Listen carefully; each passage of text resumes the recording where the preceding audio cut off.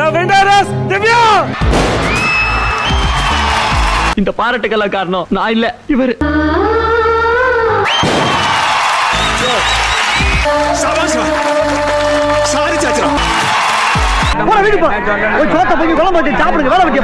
நான் back to form வந்திருக்கேன் அப்படின்னா அது உங்களால் தான்.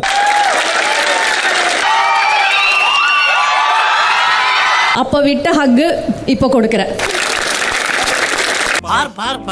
அத பாக்க முடியாம திரும்பி உட்கார்ந்துட்டு என்னடா உருளைக்கிழங்கு செல்ல குட்டி எங்க போச்சு. வணக்கம் my dear zonemates, welcome to Shafi zone. நான் உங்க ஷஃபி அண்ட் இன்னைக்கு நம்ம பார்க்க போறது பிக் பாஸ் சீசன் 9 உடைய grand finale review. Welcome to the grand finale.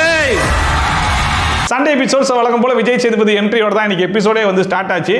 இருக்கு இன்னைக்கு சண்டே எபிசோட. ஐயோ இன்னைக்கு கிராண்ட் ஃபினாலேல அதையும் மறந்துட்டேன் பாருங்களேன். ஏன்னா இன்னைக்கு எபிசோட பார்க்கும்போது சண்டே எபிசோடையும் ஒரு 3 ஹவருக்கு டெலிகாஸ்ட் பண்ண மாதிரி தான் ஒரு ஃபீல் கொடுத்துச்சே தவிர்த்து இன்னைக்கு கிராண்ட் ஃபினாலே ஐயோ யார் ஜெயிக்க போறா, யார் ரன்னரப்பா வர போறா அப்படிங்கிற மாதிரியான மற்ற சீசன்ல ஒரு எக்ஸைட்மெண்ட் இருக்கும்ல, அந்த எக்ஸைட்மெண்ட் உண்மையிலேயே இந்த சீசன்ல கொடுத்துச்சான்னு சொல்லி கேட்டிங்கன்னா சத்தியமா எனக்கு கொடுக்கல. இந்த சீசனை பொறுத்த வரைக்கும் இந்த கிராண்ட் ஃபினாலே அப்படிங்கிற மாதிரி பார்க்கும்போது எனக்கு பிம்பிளிக்கு பிலாப்பியா தான் இருந்துச்சு.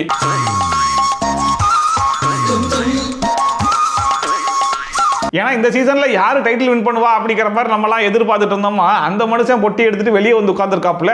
இருக்கிற 4 பேர்ல நீங்க யாருக்கு வேணாலும் கொடுக்கப்பா, எங்களுக்கு ஒன்றும் பிரச்சனை இல்லை அப்படிங்கிற மாதிரி இந்த ஷோ பார்த்ததுனால தான் மேபி அந்த எக்ஸைட்மெண்ட் வரலையோ அப்படிங்கிற மாதிரி தான் பர்சனலா எனக்கு தோணுச்சு. உங்களுக்கு எப்படி இருந்துச்சு அப்படிங்கிறத மறக்காம சொல்லுங்க.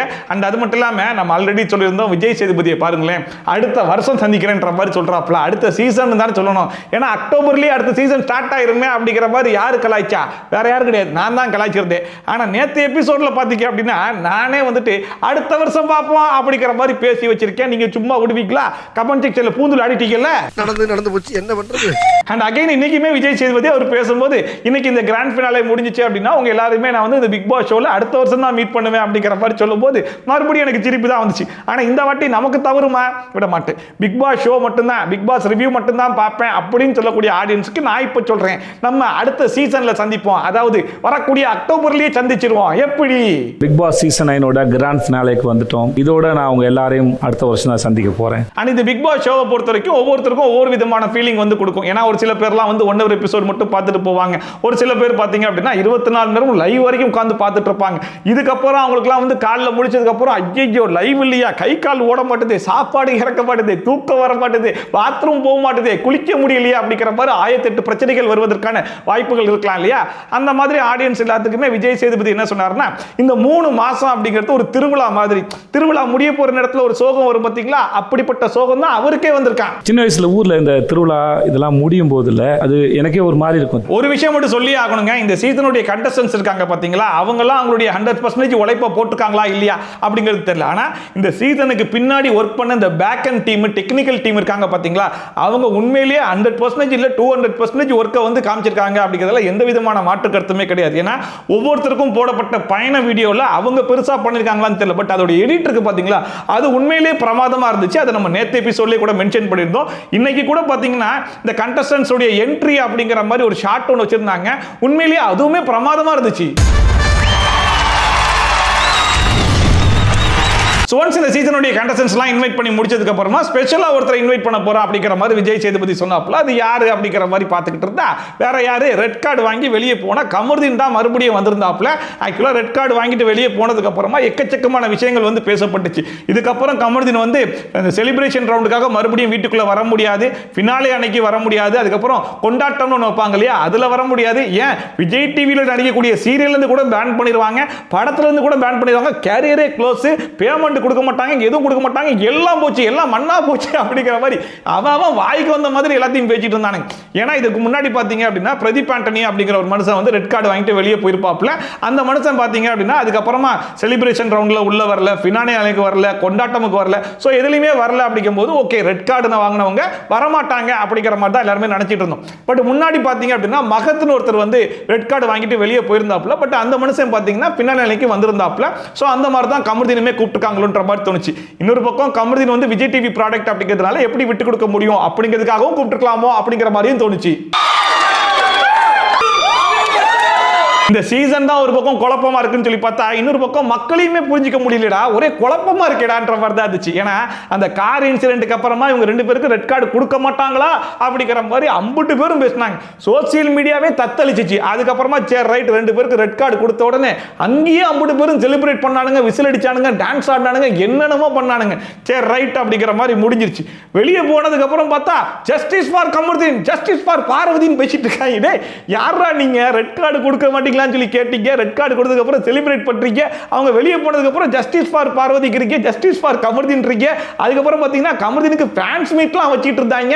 இப்போ மறுபடியும் கமருதீன் வந்ததுக்கு அப்புறமா எல்லாரும் எஞ்சிருந்து ஸ்டாண்டிங் ஓவேஷன்லாம் கொடுத்துட்டு இருக்காங்க, எல்லாம் கிளாப் பண்ணிட்டு இருக்காங்க. அதாவது இந்த சீசன் முழுக்க இருந்த கண்டஸ்டன்ஸ்க்கு கிடைச்ச மதிப்பை விட ரெட் கார்டு வாங்கிட்டு வெளியே போய் ரீஎன்ட்ரி கொடுத்த கண்டஸ்டன்ஸ்க்கு தான் மதிப்பு அதிகமா இருக்குது. இப்படிங்கிறதுக்குள்ள கோபப்படுறாங்க, இப்படிங்கிறதுக்குள்ள எல்லாத்தையும் மன்னிச்சிடுறாங்க. அந்த மனுஷன் பேசின பேச்சு வார்த்தைகள் எல்லாத்தையும் விடுங்கடா, அந்த மனுஷனை பாருங்கடா அப்படிங்கிற மாதிரி களத்துல இறங்கிடுறாங்க. இதெல்லாம் என்ன சொல்றது சத்தியமா தெரியல. இதுல பிரஜனும் சாண்ட்ரா வந்து உட்காந்து பார்த்துட்டு இருக்காங்க. என்னது இது, மிதி வாங்கின நான் இங்க உட்காந்துருக்கேன், எனக்கு ஒரு பைய கிளாப்ஸ் பண்ண மாட்டாங்க, மிதிச்சவனுக்கு அப்படி பேர் கிளாப் பண்ணிட்டு இருக்காங்க, என்னடா உலகம் இது அப்படிங்கிற மாதிரி பிரஜனும் சாண்ட்ராவும் முழிக்கும் போதே அவங்களுடைய மைண்ட் வாய்ஸ் என்னவா இருக்குதுன்றது எனக்கு இங்க வரைக்கும் பச்சையா கேட்குது. அங்க இருக்கவங்க கிளாப் பண்ண உடனே விஜய் சேதுபதியே சொல்றாப்ல, அது வேற ஒண்ணும் கிடையாது, இவர் செட் பண்ணி வச்ச ஆளுதான் அப்படிங்கிற மாதிரி கலாய்ச்சிட்டு இருந்தாப்ல. அதுக்கப்புறம் விஜய் சேதுபதியே சொன்னாப்ல, நான் தான் சொல்லிக்கிட்டே இருந்தேனே உனக்கு எங்க பிரச்சனை இருக்கு எங்க பிரச்சனை இருக்குன்னு, ஒரு வாட்டி சொன்னா 2 வாட்டி சொன்னா 4-5 வாட்டிக்கு மேல சொன்னேன்ல, அதை மீறி ஏன்பா அப்படி பண்ணிட்டு, உனக்கு ரெட் கார்டு கொடுத்ததுல எனக்கு கொஞ்சம் வருத்தம் தான்ப்பா அப்படிங்கிற மாதிரி அந்த மனுஷன் ஒரு பக்கம் சொல்லிட்டு இருந்தாப்ல. எனக்குமே ரெட் கார்டு கொடுத்ததுக்கு அப்புறம் ரொம்ப வருத்தம்.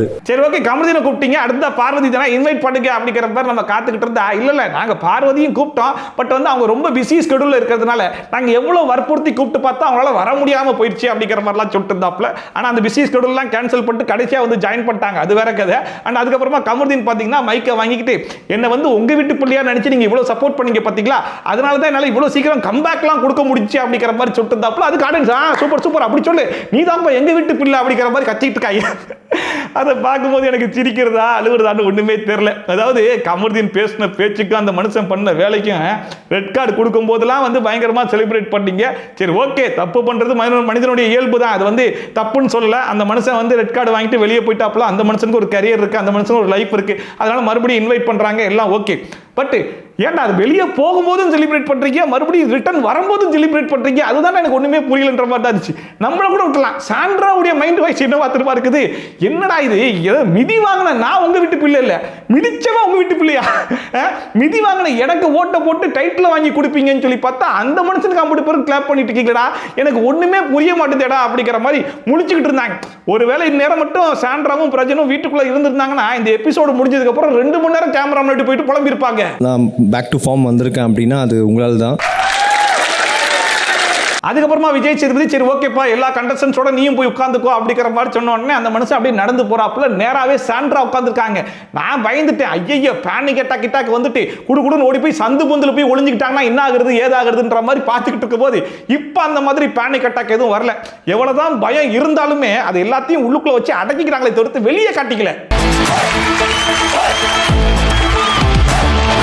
அண்ட் நேற்று விஜய் சேதுபதிக்கு பர்த்டே அப்படிங்கிறதுனால வீட்டில் இருக்கிற எல்லாருமே வாழ்த்துக்கள்லாம் தெரிவிச்சாங்க இல்லையா. அண்ட் இப்போ பார்த்தீங்க அப்படின்னா கானா வினோத் ஒரு டிஷ்யூ பேப்பரில் ஒரு 4-5 வரி எழுதி அப்படியே ஸ்பாட்லேயே பாட்டு பாடுறாப்புல. அந்த பாட்டில் பார்த்தீங்கன்னா அந்த மனுஷன் நடித்த படம், அவர் நடித்த கேரக்டருடைய பேர், அதுலேயே வந்து பர்த்டே விஷஸ் அப்படிங்கிற மாதிரி எல்லாம் கலந்த கலவையாக ஒரு பாட்டு ஒன்று பாடினாப்புல.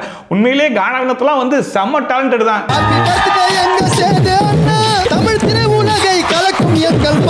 வழக்கமாவே சில இன்ட்ரெஸ்டிங்கான கேள்விகள்லாம் கேட்பாங்க இல்லையா, அந்த மாதிரி சில கேள்விகள் கேட்டாப்புல. அது ஃபர்ஸ்ட் கேள்வி என்னன்னு சொல்லி பார்த்தீங்கன்னா, உங்க மேல சில விமர்சனங்கள் வந்து வெளியே வச்சிருப்பாங்க, அந்த விமர்சனம் கரெக்ட் தான் அப்படிங்கிற மாதிரி நீங்களுமே ரியலைஸ் பண்ணி அக்செப்ட் பண்ணிருப்பீங்கல்ல, அந்த மாதிரி ஏதாச்சும் விமர்சனம் இருக்குதான்னு சொல்லி கேட்கும்போது ஆதரை கை தூக்குனாங்க. என்னது ஆதரையா, ஆதரை வந்து எதிராக அக்செப்ட் பண்ணிருக்காங்க அப்படிங்கிற மாதிரி பார்த்தா காணவத்து மூஞ்சுக்கு மேல ஒரு சுத்து சுத்துறாங்க தெரியுமா காலை தூக்கி, அது வந்து தப்பு தான் அப்படிங்கிற மாதிரி இப்போ ரியலைஸ் பண்ணிட்டேன் அப்படிங்கிற மாதிரி சொல்லிட்டு இருந்தாங்க.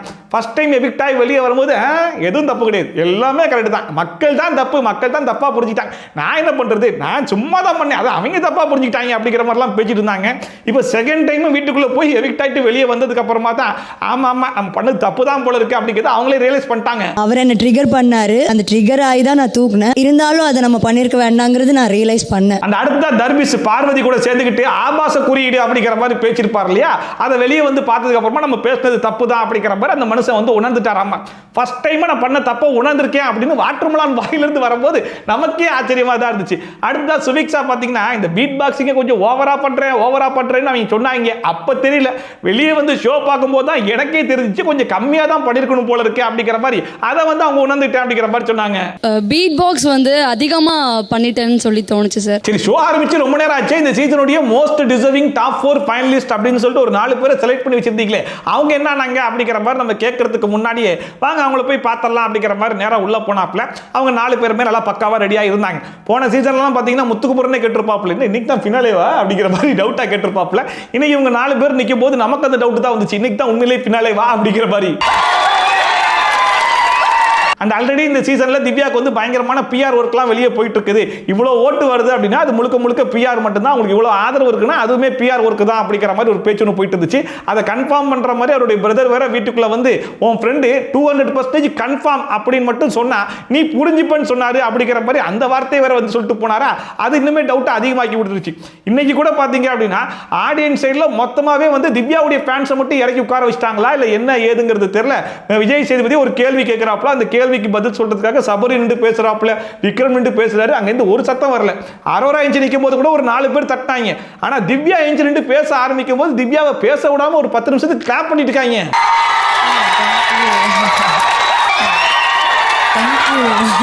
கொஞ்சம் யோசிச்சு பாருங்க, அங்க இருக்கிறதே மொத்தம் 4 கண்டஸ்டன்ட் தான். அந்த 4 பேருக்குமே என்ன ஒரு மைண்ட் செட் இருக்கும் அப்படின்னா, யாரு வேணாலும் டைட்டில் வின் பண்றதுக்கான வாய்ப்பு இருக்கலாம் அப்படிங்கிற மாதிரி கான்ஃபிடன்ஸ்ல தான் உட்கார்ந்திருப்பாங்க. ஆனா 3 பேர் எஞ்சி பேசும்போது பெருசா ஆடியன்ஸ் சைடுல எந்த விதமான ரெஸ்பான்ஸும் இல்ல. ஒருத்தர் எஞ்சி நிக்கும் போது மட்டும் இவ்வளவு ஹெவி ரெஸ்பான்ஸ் வந்துச்சு அப்படின்னா மத்த 3 பேருக்கு அப்படியே மைண்ட் பிளாக் ஆயிரது, அப்செட் ஆயிராதா? சரி ரைட், இந்த ரிசல்ட் எதுக்கு நீங்க 2 ஹவர் 3 ஹவர் கழிச்சு அனௌன்ஸ் பண்ணிட்டு இப்பவே தெரிஞ்சு போச்சு திவ்யா தான் வின்னர் அப்படிங்கிற ஒரு மைண்ட் செட்ல தான் மத்த 3 பேர் இருந்தாங்கன்றது அவங்க ஃபேஸ் ரியாக்ஷன்லயே தெரிஞ்சிச்சு. எனக்கு ரொம்ப இங்க என்னமோ பண்ணிடுச்சு. இவங்கெல்லாம் பேசிட்டு இருக்கும்போது கமர்தீனை பார்த்தாங்க. கமர்தீன் நீ எப்படா வந்தா எப்படா இருக்க அப்படிங்கிற மாதிரிலாம் கேட்டிருந்தாங்க.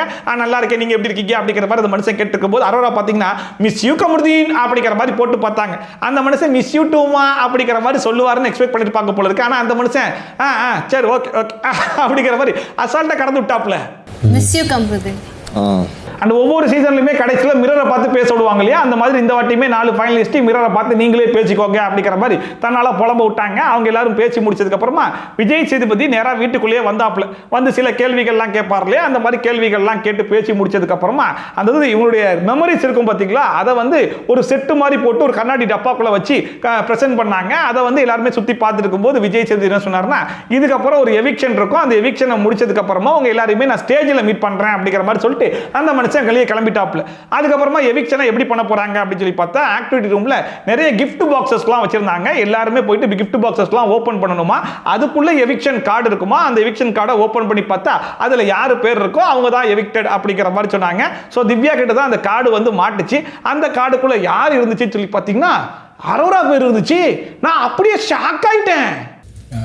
அரோரா ஏன்னா இந்த சீசன் ஆரம்பிச்ச நேரத்துல இருந்து இப்ப வரைக்குமே 50 பேரும் சேர்ந்துக்கிட்டு அரோரா அரோரா அரோ அரோ அரோரா அப்படிங்கிற மாதிரி வீக்கெண்ட் எபிசோடு வரைக்கும் அரோராக்கு ஸ்பெஷல் அட்டென்ஷன் ஸ்பெஷல் ஹைலைட்லாம் கொடுத்துட்டு இருந்தீங்களே, ஏன் இப்போ கூட இந்த பினாலே வாரத்தில் அவங்களுக்கு மட்டும் தான் மிஸ்டு காலே போச்சு, மற்ற 3 பேருக்கும் கட் பண்ணி வச்சிக்க. டெக்னிக்கல் இஷ்யூ கூட அரோராக்கு சப்போர்ட்டாக தானே இருந்துச்சு.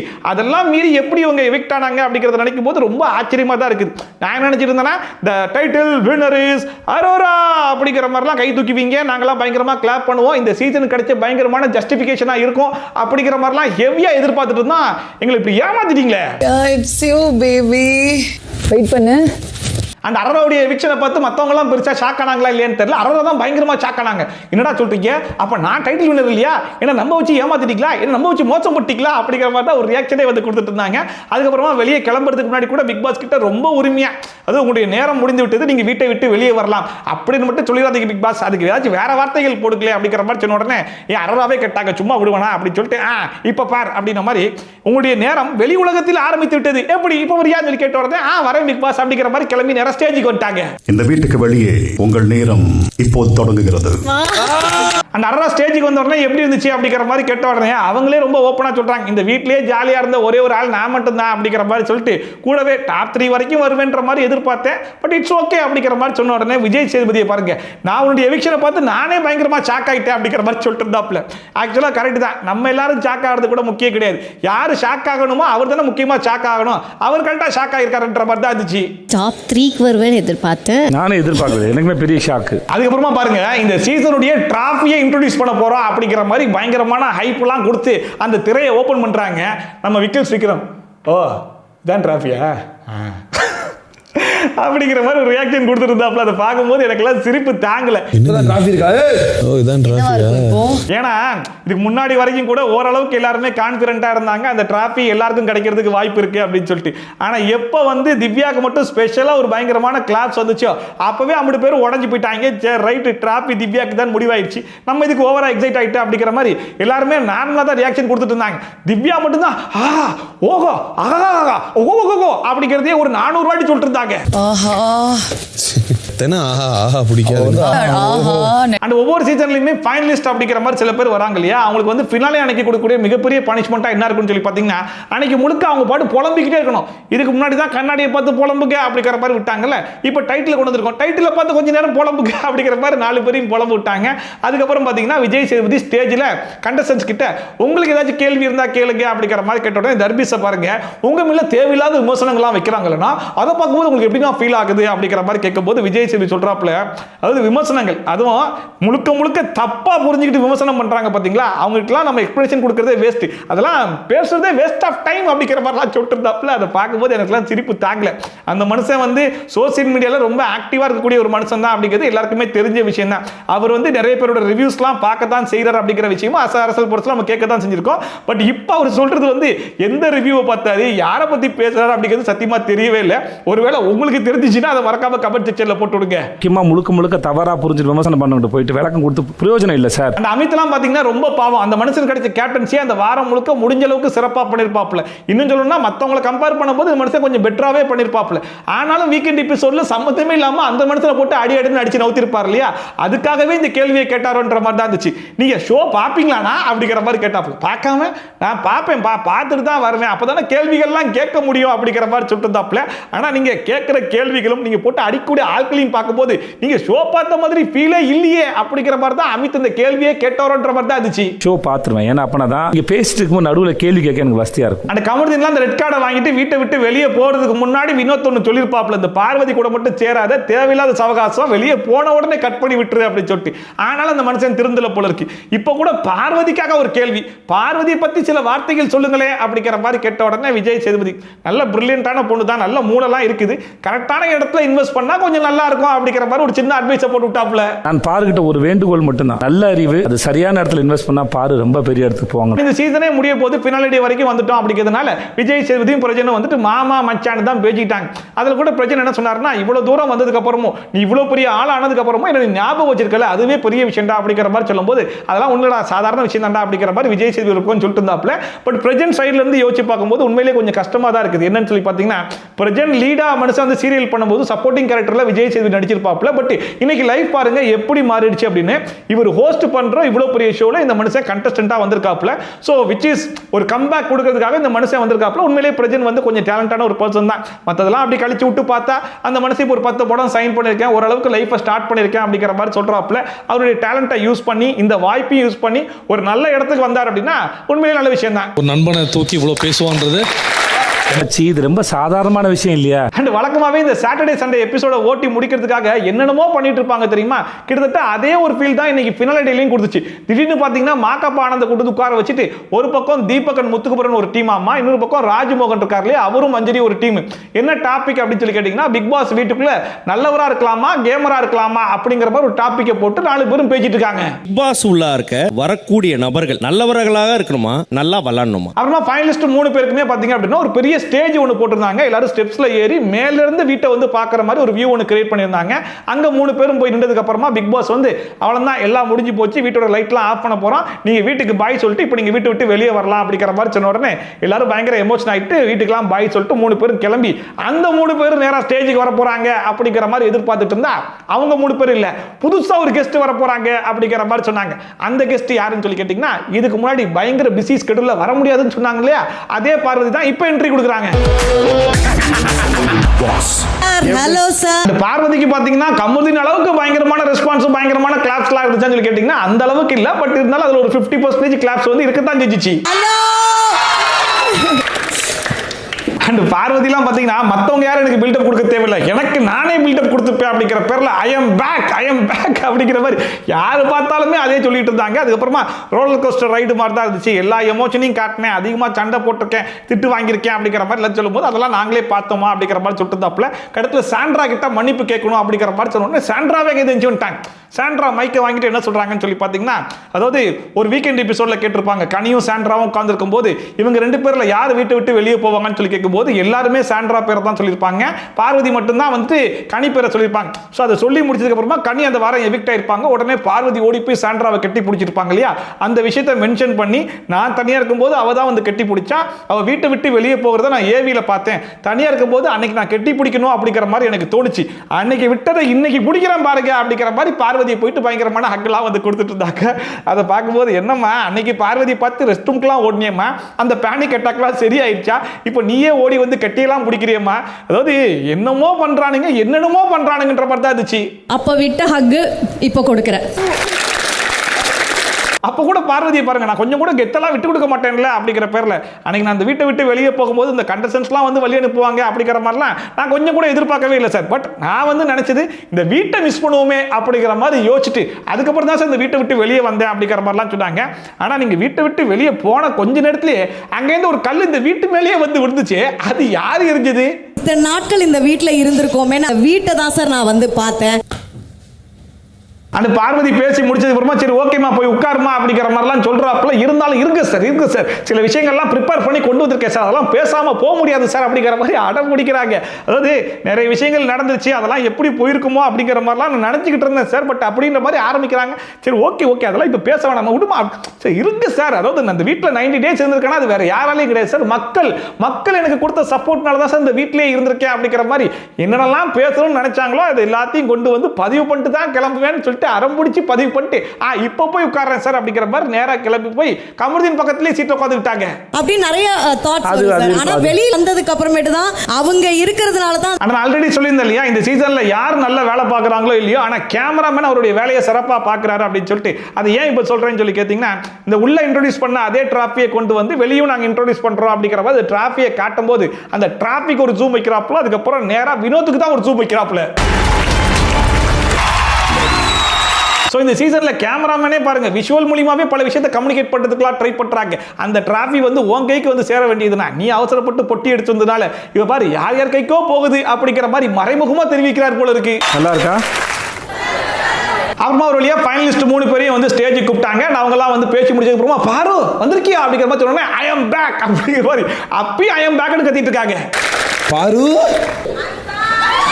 அண்ட் வழக்கமாக கமல் சார்லாம் சீசன் 4ல் பார்த்தீங்க அப்படின்னா உங்களுடைய ஆசை என்ன அப்படிங்கிற மாதிரிலாம் கேட்டு அவங்க 4 பேருக்கு அவங்களுடைய ஆசையை கேட்டு தெரிஞ்சுக்கிட்டு அதுக்கேற்ற மாதிரி சில கிஃப்டெல்லாம் கொடுத்துருப்பாரு இல்லையா, அந்த மாதிரி விஜய் சேதுபதி இந்த வாட்டி என்னை பொறுத்த வரைக்கும் இந்த சீசனில் கலந்துக்கிட்டு 50 பேருமே வின்னர் தான், அதனால 50 பேருக்கும் டிராஃபி கொடுக்குறேன் அப்படின்னு சொல்லிட்டு அவர் சொந்த கை காசை போட்டு டிராஃபி அடிச்சு வாங்கிட்டு வந்துட்டார் போல இருக்கு. எல்லாருக்கும் ஒரு டிராஃபியை கையில் கொடுத்து அனுப்பிச்சு விட்டாரு. ஆனால் இதெல்லாம் கூட பரவாயில்லைங்க. வழக்கமாக இந்த செகண்ட் ரன்னர் அப்போ ஒரு எவிக்ஷன் ப்ராசஸ் ஒன்று வைப்பாங்க இல்லையா, அது ஓரளவுக்கு நல்லா இன்ட்ரெஸ்டிங்காக இருக்கும். அதுவும் ஸ்டேஜ்லேயே வச்சு வைப்பாங்கல்ல. ஸோ யார் எவிக்ட் ஆக போகிறா அப்படிங்கிறது தெரிஞ்சுக்கிறதுக்கே கொஞ்சம் இன்ட்ரெஸ்டிங்காக இருக்கும். அண்ட் டாஸ்க்குமே ரொம்ப சுவாரஸ்யமாக இருக்கும். ஆனால் இந்த வாட்டி பார்த்தீங்கன்னா 3 பேரையும் நிற்க வச்சுட்டு ஒருத்தர் வந்து வரைவார் அப்படிங்கிற மாதிரி சொன்னாங்க. அவர் வந்து வரைஞ்சாப்புல, அதுக்கப்புறமா வரைஞ்சி முடிச்சதுக்கப்புறமா 3 பேரையும் திரும்ப சொல்லிட்டு இவர் ஜிகினா தூக்கி போட்டு முடிஞ்சதுக்கு அப்புறமா ஒரு உருவம் வந்துச்சு. அது யாருங்கிறத கண்டுபிடிக்கிறதே ஒரு டாஸ்க் ஆகி போச்சு. எல்லாம் பார்க்குறாங்க, இது யாரா இருக்கும் அப்படின்னு சொல்லிட்டு. ஒருவேளை விக்ரமா சார் கிட்ட, ஆமா விக்ரம் தான் அப்படிங்கிற மாதிரி சொல்லிட்டாங்க. ஓ நான் தானா சார், சரி ரைட் சார், ரொம்ப தேங்க்ஸ் சார், நான் கிளம்பிக்கிறேன் சார் அப்படின்னு சொல்லிட்டு அந்த மனுஷன் ஒரு 4 வார்த்தை பேசிட்டு கிளம்பிட்டாப்ல. ஸோ விக்ரம் தான் இந்த சீசனுடைய செகண்ட் ரன்னர் அப் அப்படிங்கிற மாதிரி அனௌன்ஸ் பண்ணாலுமே அந்த ப்ராசஸ், அந்த எவிக்ஷனு இது எல்லாமே ரொம்ப சப்பையா முடிஞ்சிருச்சோன்ற மாதிரி தான் ஒரு ஃபீல் கொடுத்துச்சு. அண்ட் போன சீசன்லாம் பார்த்தீங்கன்னா பயங்கர பட்ஜெட்டில் வந்து பண்ணியிருப்பாங்க. பொட்டி காசெல்லாம் போக மீதி காசை தான் வந்து டைட்டில் வின்னருக்குலாம் கொடுத்துருப்பாங்க. பட் இந்த வாட்டி பார்த்தீங்கன்னா 50 லட்ச ரூபா ப்ரைஸ் கொடுக்க போகிறோன்ற மாதிரி சொல்லிட்டாங்க. அண்ட் கூடவே வந்து ஒரு காரையும் கொடுக்க போகிறோம் அப்படிங்கிற மாதிரி சொன்னாங்க. அந்த காருக்கு பேசின மனுஷன் ஃபர்ஸ்ட் மலாய் வணக்கம் அப்படின்னா, இது மலாய் வணக்கமா என்னடா இது சொல்லி யோசிச்சு பார்த்தா அப்புறமா தான் புரிஞ்சிச்சு அது மாலை வணக்கமா. மலாய் வணக்கம். மற்றதெல்லாம் கூட விட்டுறலாங்க. இன்னைக்கு விஜய் சேதுபதி பேசினதெல்லாம் வச்சு பார்க்கும்போது அந்த மனுஷன் ரிவ்யூவர்ஸ் பேசின பேச்செல்லாம் கேட்டு மன உளைச்சலுக்கு ஆளா இருக்காப்ல அப்படிங்கிறது மட்டும் நல்லாவே தெரிஞ்சு. என்னதான் அந்த மனுஷன் வந்து வார்த்தைக்கு வார்த்தை அவங்க பேசுறதெல்லாம் காதுல எடுத்துட்டா வேலைக்கு ஆகுமா, அதெல்லாம் இந்த காதுல வாங்கி இந்த காதுல விட்டுட்டு போயிட்டே இருப்பேன், வேஸ்ட் ஆஃப் டைம், அவங்களுக்குலாம் எக்ஸ்பிளைன் பண்றதே வேஸ்ட் அப்படிங்கிற மாதிரிலாம் பேசினாலுமே மறுபடியும் அந்த விஷயத்தை வந்து கன்வே பண்ணிட்டு தான் இருக்காப்ல. இப்போ கூட யார் வின்னர்ன்றதை அனௌன்ஸ் பண்றதுக்கு முன்னாடி இந்த சவுண்ட் எல்லாம் ஆஃப் பண்ணுங்கப்பா, ஒரே ஒரு விஷயம் சொல்லிக்கணும் அப்படிங்கிற மாதிரி சொன்னாப்ல. ஏதோ முக்கிய விஷயத்தை நாட்டு மக்களுக்கு சொல்ல போறாரு போல அப்படிங்கிற மாதிரி எதிர்பார்த்தா, அதாவது இந்த மீம்ஸ்லாம் பண்றாங்க பாத்தீங்களா, அவங்க சொல்றது நிறைய ரீச் ஆகுது. நல்ல விஷயத்தை சொன்னா கூட ரீச் ஆகுமான்னு தெரியல. ஆனா இந்த மாதிரி விஷயத்தை மீம்ஸ் மூலியம் சொல்லும்போது நிறையவே ரீச் ஆகுது. அதனால நீங்க கண்டிப்பா பண்ணுங்கப்பா, நிறைய பண்ணுங்கப்பா, நான் என்கரேஜ் பண்றப்பா அப்படின்னு சொல்லிட்டு என்கரேஜ் வேற பண்ணிட்டு இருக்காரு. நீங்க ட்ரால் பண்ணும்போது அந்த நிறைய பேர் பாக்குறாங்க, ஃபாலோ பண்றாங்க. So please keep doing it. நான் அடுத்த சீசனுக்கு வரேன். அப்புறமா ஒரு வழியா சரி ரைட் யார் வின்னர்ங்கிறத அனௌன்ஸ் பண்ணிடலாம் அப்படிங்கிற மாதிரி திவ்யா கையும் சபரி கையும் பிடிச்சாப்ல. 2 கையும் இப்படி ஆட்டிக்கிட்டே இருப்பாப்ல. திடீர்னு நிப்பாட்டி ஒரு கையை தூக்குவார் அப்படிங்கிற மாதிரிலாம் பார்த்தா அதெல்லாம் தேவை கிடையாது. 1 2 3 சொல்லி தூக்கிடுறேன் அப்படின்னு சொல்லிட்டு 1 2 3 ஒன்னே the title winner is Divya அப்படிங்கிற மாதிரி கையை தூக்கிட்டாங்க. நம்ம எல்லாம் பயங்கரமா ஷாக் ஆயிட்டோம். சபரி ஓகே ஓகே அப்படி சொல்லிட்டு மனுஷன் போயிட்டு ஓரமா நின்ட்டாப்ல. சரி ஓகே திவ்யா நீங்க என்ன பேச போறீங்க அப்படி சொல்லிட்டு டைட்டில் கையில கொடுத்தா, இதுக்கு முன்னாடி டைட்டில் கையில வாங்கினா நீங்க என்ன பேசுவீங்க அப்படிங்கிற மாதிரி ரிஹர்சல் வச்சாங்க தெரியுமா, அதே டைலாக்க அப்படியே மனப்பாடம் பண்ணி மறுபடியும் ஒப்பிச்சிட்டாங்க. The winner is Divya. ஆக்சுவலா சீசன் 7க்கு முன்னாடி வரைக்கும் பாத்தீங்க அப்படின்னா ஒயில்ட் கார்டுல வரதே வேஸ்ட். ஏன்னா ஒயில்ட் கார்டு என்ட்ரில உள்ள வந்தாங்கன்னா அவங்களால டைட்டிலே வின் பண்ண முடியாது அப்படிங்கிற மாதிரி இருந்துச்சு. அது எங்க பிரேக் ஆச்சுன்னு சொல்லி பாத்தீங்கன்னா சீசன் 7ல தான் அர்ச்சனா வந்து ஒயில்ட் கார்டு என்ட்ரில உள்ள வந்து அவங்க தான் டைட்டில் வின் பண்ணாங்க. அதுக்கப்புறமா பாத்தீங்க அப்படின்னா சீசன் 9ல அதே மாதிரி ஒயில்ட் கார்டுல உள்ள வந்த திவ்யா தான் 2வது தடவையா அந்த டைட்டிலை வந்து வின் பண்ணிருக்காங்க. சோ அந்த விஷயம் வந்து 2 தடவை பிரேக் ஆயிருக்கு. அதுக்கப்புறமா இந்த ஏஆர்எம் அப்படிங்கிற ஒரு ஃபார்மட் ஒன்று பிக் பாஸ் தமிழ்ல மட்டும் ஓடிக்கிட்டே இருந்துச்சு பாத்தீங்களா, அதோட சீக்வென்ஸ் வேணா கட் ஆயிருக்கலாம். பட் ஏஆர்எம் இந்த 3 லெட்டர் தான் ஓடிட்டு இருந்துச்சு. இப்போ புதுசா அந்த ஏஆர்எம் இல்லாம திவ்யா டி அப்படிங்கிற ஒரு லெட்டர் உள்ள வந்திருக்கு. The winner is Divya. So இந்த சீசனுடைய டைட்டில் வின்னர் திவ்யா அப்படிங்கிறதுனால அவங்களுக்கு 50 லட்ச ரூபாய் கேஷ் பிரைஸும் ஒரு காரும் வந்து கிஃப்டா கிடைச்சிச்சு. அண்ட் ரன்னர் அப்புக்கு என்ன கிடைக்கும்னு சொல்லி பாத்தீங்கன்னா வழக்கமா கை கொடுப்பாங்க இல்லையா, அந்த மாதிரி கை கொடுத்தாப்ல, கூடவே ஒரு முத்தம் கொடுத்தாப்ல, ப்ரௌட் ஆஃப் யூ அப்படிங்கிற மாதிரிலாம் சொன்னாப்ல. சோ அதுதான் சபரிக்கு கிடைச்சிச்சு. ஆக்சுவலா இன்னைக்கு கிராண்ட் ஃபினாலே அப்படிங்கிற மாதிரி சொன்னாங்க. பட் கிராண்ட் ஃபினாலே அப்படிங்கிற ஒரு ஃபீல் கொடுத்துச்சான்னு சொல்லி கேட்டீங்கன்னா சத்தியமா எனக்கு கொடுக்கல. உங்களுக்கு எப்படி இருந்துச்சுன்றதை சொல்லுங்க. அண்ட் அது மட்டும் இல்லாம டைட்டில் வின்னர் திவ்யா அப்படிங்கிற மாதிரி சொல்லும்போது ஒரு பயங்கரமான எக்ஸைட்மெண்ட்லாம் இருந்துச்சா, பயங்கரமான செலிப்ரேஷன்லாம் இருந்துச்சான்னு சொல்லி கேட்டா அதுவுமே பெருசா இல்ல. திவ்யா தான் அப்படிங்கிற மாதிரி சொல்லிட்டு டைட்டில் கொடுத்தாங்க. சரி ஓகே எல்லாரும் கட்டி பிடிங்க, கை கொடுங்க, முடிச்சுக்கலாமா அப்படிங்கிற மாதிரி சாதாரணமா முடிச்சிட்டாங்களோ அப்படிங்கிற மாதிரி தான் ஒரு ஃபீல் இருந்துச்சு. ஏன்னா எல்லாரும் எக்ஸ்பெக்ட் பண்ணிட்டு இருந்தது வந்து கடைசி வரைக்கும் கானா வினோத் வரும், அந்த மனுஷனுக்கு டைட்டில் கிடைக்கும், எல்லாரும் பயங்கரமா செலிப்ரேட் பண்ணலாம் அப்படிங்கிற மாதிரி எதிர்பார்த்துட்டு இருக்கும்போது டிசர்விங் கண்டஸ்டன்டான கானா வினோத் வெளியே போயிட்டாப்ல. அண்ட் இப்போ இருக்கிற 4 பேர்ல யார் டைட்டில் வின் பண்ணாலுமே சரி ஓகே யாருக்கோ ஒரு ஆளுக்கு கொடுங்க ஓகே, பட் எங்களுக்கு வந்து அது ஃபுல்ஃபில்டா இருக்குமா, அதாவது திருப்தியா வந்து இவங்களுக்கு கிடைச்சிருக்கு அப்படிங்கிற மாதிரி நாங்கள் செலிப்ரேட் பண்ணுவோமா அப்படிங்கிற மாதிரி கேட்டா அது வந்து கண்டிப்பா கேள்விக்குறி தான் அப்படிங்கிற மாதிரி தான் இருந்துச்சு. ஸோ அந்த அடிப்படையில் பார்க்கும்போது திவ்யாக்கு வந்து டைட்டில் கிடைச்சிருக்கு. அண்ட் திவ்யாக்கு கிடைச்சதுலுமே பயங்கரமான விமர்சனங்கள்லாம் இருக்கத்தான் செய்யுது. ஏன்னா அவங்களுக்கு வந்து பயங்கரமான பிஆர் ஒர்க் வெளியே போயிட்டு இருக்கு அப்படிங்கிறத வந்து சாண்ட்ரா கூட சொன்னாங்க. இந்த ஒயில்ட் கார்டில் உள்ள வரும்போதே ஒரு டீம் வந்து எங்களை அப்ரோச் பண்ணாங்க, அதில் ஒருத்தவங்களுக்கு வந்து பிஆர் பண்றோம் அப்படிங்கிற மாதிரி அவங்களே ஓப்பனா சொன்னாங்க. நாங்க 3 பேர் இல்லங்கும் போது கண்டிப்பா அது திவ்யா தான் அப்படிங்கிற மாதிரி அவங்களுமே மென்ஷன் பண்ணிருப்பாங்க. இவனோட பிரதர் கூட உள்ள வந்து 200% கன்ஃபார்ம் அப்படிங்கிற மாதிரி சொல்லும்போது அதுவுமே ஒரு சின்ன டவுட் தான் வரதான் செஞ்சிச்சு. சோ இந்த வாட்டி டைட்டில் வின்னர் அப்படிங்கிற மாதிரி கண்டஸ்டன்ஸ்குள்ள போட்டி இருந்துச்சான்றது தெரியல. வெளியே வந்து எந்த பிஆர் டீம் வின் பண்ண போகுது அப்படிங்கிற போட்டியில திவ்யா பிஆர் டீம் வின் பண்ணிருச்சோ அப்படிங்கிற ஒரு டவுட் கூட ஹெவியா இருக்கத்தான் செய்யுது. அதை மீறி உண்மையிலேயே திவ்யாக்கு வந்து ஒரு செட் ஆஃப் ஃபேன்ஸ் வந்து இருக்கத்தான் செய்றாங்க. அவங்களுக்கு ஃபேன்ஸே இல்ல, அவங்களுக்கு ஓட்டே வரல, எப்படிரா இவ்வளவு ஓட்டு வாங்கி ஜெயிச்சாங்க அப்படிங்கிற மாதிரி மாதிரி கேட்கல. ஒரு செட் ஆஃப் ஓட்ஸ் வந்திருந்தாலுமே இன்னொரு செட்டில் பார்க்கும்போது கண்டிப்பாக பிஆர் ஒர்க் அப்படிங்கிறது நடந்து அது மூலியமாகவும் இந்த டைட்டில் வந்து வின் பண்ணியிருக்காங்களோ அப்படிங்கிற மாதிரி தான் இருக்குது. அண்டு இந்த டாப் 4 ஃபைனலிஸ்ட் அப்படிங்கிற மாதிரி பார்க்கும்போது அதுவே எனக்கு பர்சனலாக வந்து ரொம்ப திருப்தியாக இல்லை இந்த வாட்டி அப்படிங்கிற மாதிரி தான் எனக்கு என்னமோ தோணுச்சு. ஸோ இந்த சீசன் பற்றின கருத்து என்ன, இன்னைக்கு நடந்த ஃபினாலே பற்றின உங்களுக்கு கருத்து என்ன, அண்ட் திவ்யா டைட்டில் வின் பண்ணியிருக்காங்களே அதோடைய கருத்து என்ன, இது எல்லாத்தையுமே மறக்காம கமெண்ட் செக்ஷனில் போட்டு விடுங்க. ஸோ அடுத்த வருஷம் அப்படிங்கிறத கண்டிப்பாக நான் சொல்ல மாட்டேன். இந்த பிக் பாஸ் மட்டும் தான் பார்ப்பேன் அப்படிங்கிற மாதிரி நினச்சிட்டு நிறைய பேர் இருப்பாங்க இல்லையா. ஸோ பிக் பாஸ் ரிவ்யூ மட்டும் பார்க்கக்கூடிய நபர்களுக்கு வந்து நம்ம அடுத்த அக்டோபரில் கண்டிப்பாக மீட் பண்ணலாம். விச் இஸ் அடுத்த சீசன் 10 நம்ம கண்டிப்பாக மீட் பண்ணலாம். இதை விட கொஞ்சம் நல்ல சுவாரஸ்யமான கண்டஸ்டன்ஸ், சுவாரஸ்யமான டாஸ்க் எல்லாத்தையும் கொஞ்சம் சுவாரஸ்யமாக கொஞ்சம் அப்கிரேட் பண்ணுவீங்கன்ற மாதிரி எதிர்பார்க்குறோம். ஏன்னா பிக் பாஸ் உடைய ஸ்டாண்டர்ட் வந்து ஏறிக்கிட்டே போகும் அப்படிங்கிற மாதிரி எதிர்பார்க்கும் போது கொஞ்சம் குறைஞ்சிக்கிட்டே வருதோ அப்படிங்கிற ஒரு ஃபீல் தான் இருக்குது. இன்னைக்கெல்லாம் சத்தியமாக ஓகே, அந்த போன வாட்டி டைட்டில் கம்பேர் பண்ணும்போது இந்த டைட்டில் கொஞ்சம் நல்லா இருந்துச்சு. பட் கிராண்ட் ஃபினாலே அப்படிங்கிற ஃபீல் வந்து பர்சனலாக எனக்கு கொடுக்கவே இல்லை. அதுதான் உண்மை. ஸோ உங்களுக்கு எப்படி இருந்துச்சு அப்படிங்கிறத மறக்காம கமெண்ட் செக்ஷனில் சொல்லுங்கள். So thank you so much. இவ்வளோ நாள் என்னோட ரிவ்யூ பார்த்து அதுக்கு கமெண்ட் பண்ணி எனக்கு சப்போர்ட் பண்ணி நிறையவே சப்போர்ட் பண்ணிருக்கீங்க. அதுக்கெல்லாம் வந்து கண்டிப்பாக நான் வந்து கடமைப்பட்டிருக்கேன். எனக்கு வந்து ரொம்ப பர்சனலாக இந்த ஒரு 105 நாள் வந்து உங்களோட பயங்கர இன்ட்ராக்ஷனாக பயங்கரமாக வந்து பேசிக்கிட்டு டெய்லியும் காலையில் வந்து 7 மணிக்கு வீடியோ டேரக்டா ஏன்டா வீடியோ போடல அப்படிங்கிற மாதிரிலாம் சட்டையை பிடிச்சிக்க அது மீன் உரிமையாக கேட்பீங்க. அதெல்லாம் வந்து எனக்கு அந்த கமெண்ட்ஸ் படிக்கும் போதே ரொம்பவே ஜாலியாக இருக்கும். அண்ட் நான் வந்து என்னோட விமர்சனத்தில் எனக்காச்சும் தப்பாக சொன்னாலோ இல்லை என்னோட விமர்சனம் வந்து உங்களுக்கு பிடிக்காம இருந்தாலோ நீங்கள் வந்து அதுக்கான விமர்சனத்தை வந்து நீங்கள் கமெண்ட் செக்ஷன் கூட காட்டியிருக்கீங்க. ஸோ ரொம்ப ஹெல்த்தியாக தான் நம்மளுடைய ரிவ்யூ இந்த சீசனில் போயிருக்கு அப்படிங்கிற மாதிரி நான் நினைக்கிறேன். ஸோ எல்லாத்துக்கும் ரொம்ப தேங்க்ஸ்.